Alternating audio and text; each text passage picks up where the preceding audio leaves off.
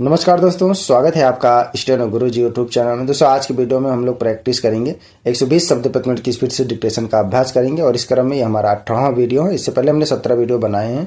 आपको हमारे प्लेलिस्ट में क्रम वाइज वीडियो मिल जाएगा, वहाँ पे जाके आप प्रैक्टिस कर सकते हैं। अगर अभी तक नहीं किया तो आप प्रैक्टिस करके अपनी स्पीड को इंक्रीज कर सकते हैं। यहाँ पे आपको इस सीरीज में पूरा 100 एक्सरसाइज तक सभी 120 की स्पीड में वीडियो मिल जाएंगे, आपको आप प्रैक्टिस कर सकते हैं। वीडियो पसंद आए तो लाइक कर देना, चैनल पर पहली बार आए तो सब्सक्राइब करके नोटिफिकेशन बेल ऑन रखना, जिससे इंपॉर्टेंट वीडियो आपसे मिस ना हो।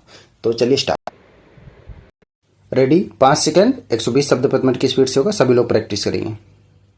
स्टार्ट। महोदय, यद्यपि योजना के अंतिम रूप पर यह औपचारिक बहस अब हो रही है, हमने योजना के प्रारूप के बारे में काफी ब्यौरेवार विचार किया था।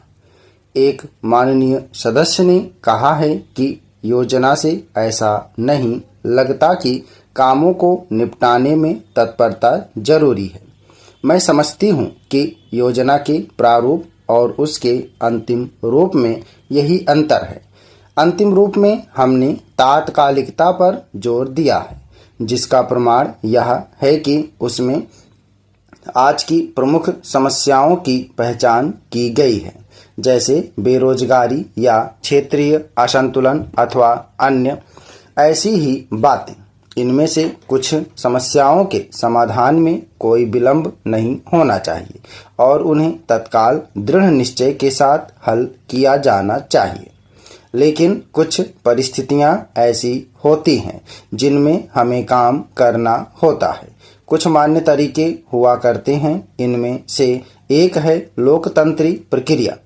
बहुत से लोग चाहते हैं कि हम कई काम एक साथ करें और इनमें से कुछ के बारे में हम सहमत भी हैं कि वे सही काम हैं, लेकिन हम लोकतंत्री प्रक्रिया के प्रति वचनबद्ध हैं। हम जनता की राय से काम करने के लिए प्रतिबद्ध हैं। हमें अधिकाधिक जनता और पार्टियों को अपने साथ लेकर आगे बढ़ना है।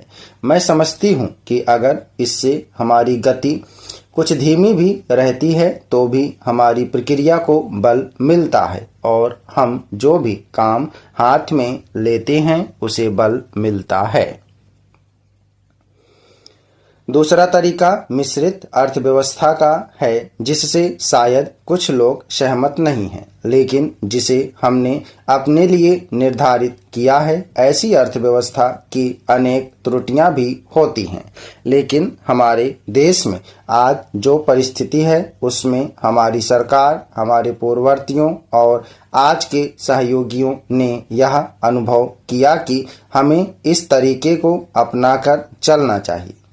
मिश्रित अर्थव्यवस्था का अर्थ मेरी समझ से यह नहीं है कि कुछ समृद्ध परिवारों को इसका लाभ मिलता रहे।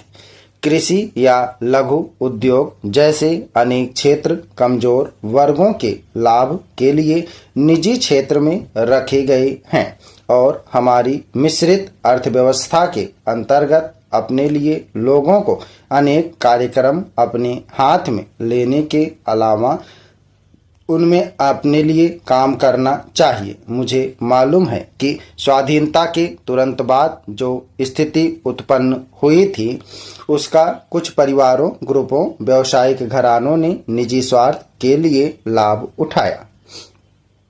महोदय, हम सभी इस बात के शिकार हो जाते हैं कि अपने दलगत स्वार्थ में आकर गलत काम कर बैठते हैं। कभी भाषा के नाम पर और किसी प्रदेश के स्वार्थ में ऐसे प्रश्न उठते हैं जो हमारे राष्ट्र की एकता को कमजोर करते हैं। अभी एक माननीय सदस्य ने यह प्रश्न उठाया और आरोप लगाया कि भारत सरकार कुछ प्रदेशों के साथ इंसाफ नहीं करती। भारत सरकार कुछ प्रदेशों के प्रति पक्षपातपूर्ण नीति अपनाती है। यही मनोवृत्ति है जिसमें एक प्रदेश को दूसरे प्रदेश के विरुद्ध भड़काया जाता है। एक जाति को दूसरी जाति के विरुद्ध खड़ा किया जाता है। एक धर्म को दूसरे धर्म के विरुद्ध खड़ा किया जाता है और एक भाषा और दूसरी भाषा वालों के बीच में भड़काव पैदा करके लड़ाई पैदा की जाती है। यही मनोवृत्ति है जिसको हमारे विरोधी दल के बहुत से लोग भड़काकर पैदा करते हैं। उनकी अपनी गलत नीतियों के कारण विशाल दृष्टिकोण नहीं होता और ऐसे प्रश्नों को उभारकर अपना स्वार्थ सिद्ध करते हैं। स्पष्ट है कि ऐसे समस्त प्रश्नों का परिणाम हमेशा बुरा होता है। इसलिए मैं सभी राजनीतिक पार्टियों के नेताओं से अपील करना चाहूंगा कि जो प्रश्न हमारे देश के सामने हैं और जिन पर हम सबको चिंता हो रही है तथा जिनका हल निकालने की हम कोशिश करते हैं, उन तमाम प्रश्नों के ऊपर हम ठंडे दिल से विचार करें। श्री वाजपेयी ने एक अच्छी बात कही। उन्होंने कहा कि इन प्रश्नों का हल सड़कों पर नहीं होगा।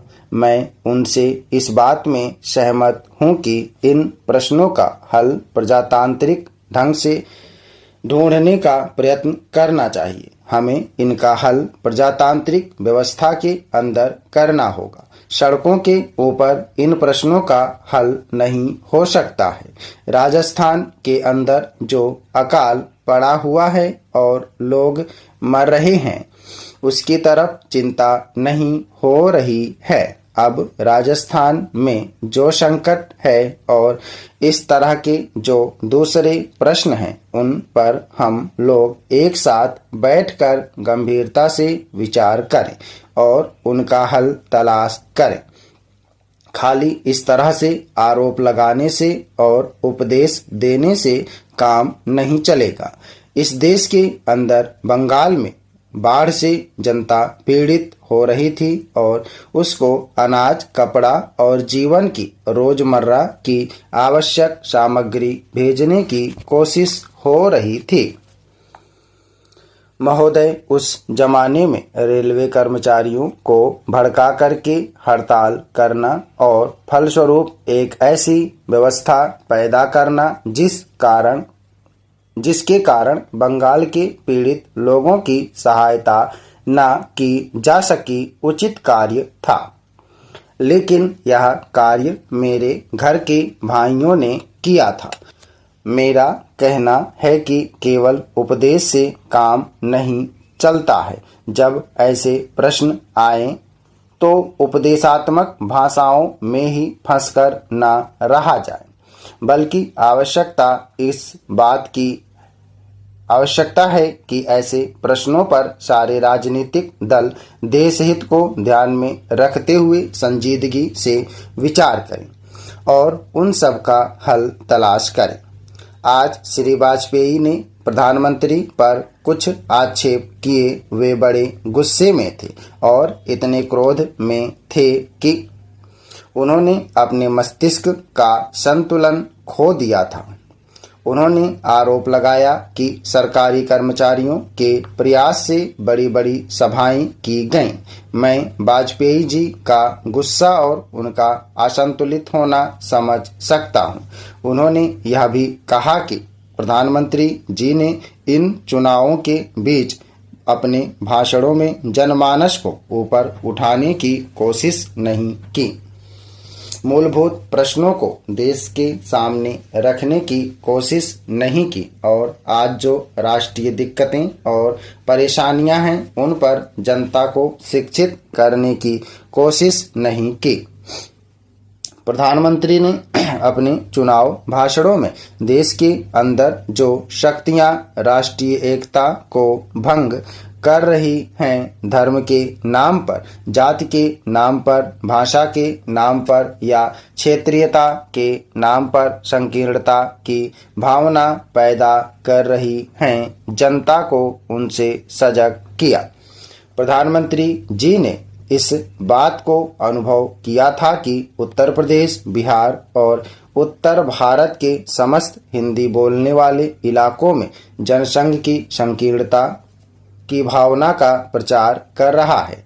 जिस प्रकार से जनसंघ सांप्रदायिकता की भावना को बढ़ावा दे रहा है, राष्ट्रीय शक्तियों को तोड़ने की नीति चला रहा है, उससे हमारे राष्ट्रीय मूल, राष्ट्रीय नीतियां और राष्ट्रीय एकता खतरे में हैं। इसीलिए प्रधानमंत्री ने जनसंघ के ऊपर इस बात का प्रहार किया था कि वह सांप्रदायिक शक्ति है और उससे जनता को सावधान हो जाना चाहिए। आज जो वाजपेयी जी का गुस्सा है उसको हम समझ सकते हैं। उन्होंने एक सपना देखा था, एक सुनहरा सपना, उत्तर प्रदेश में अपनी सरकार बनाने का, बिहार में अपनी पार्टी को बहुमत प्राप्त कराने का। स्टॉप। धन्यवाद। ओके दोस्तों, आप लोग प्रैक्टिस है, सभी लोग मैटर को प्रैक्टिस और ट्रांसक्राइब करेंगे। खंडे का डिक्टेशन में प्रतिलेखन संख्या 525354 है, 120 शब्द। उम्मीद है कि दोस्तों वीडियो आपको पसंद आया होगा, तो वीडियो को लाइक कर देना और अगर अभी तक आपने हमारे चैनल को सब्सक्राइब नहीं किया तो प्लीज़ सब्सक्राइब करके नोटिफिकेशन बेल ऑन करना। और दोस्तों अगर आप डेली डिक्टेशन चाहते हैं तो आप चाहें तो चैनल का मेंबरशिप ले सकते हैं या हमारे पेड ग्रुप को ज्वाइन कर सकते हैं। अधिक जानकारी के लिए आप हमें मेल कर सकते हैं। हमारी मेल ID है studyforstenographer@gmail.com। अपना बहुमूल्य सुझाव हमें कमेंट बॉक्स में जरूर देना। वीडियो को पूरा देखने के लिए बहुत बहुत धन्यवाद। Thanks for watching. जय हिंद, जय भारत।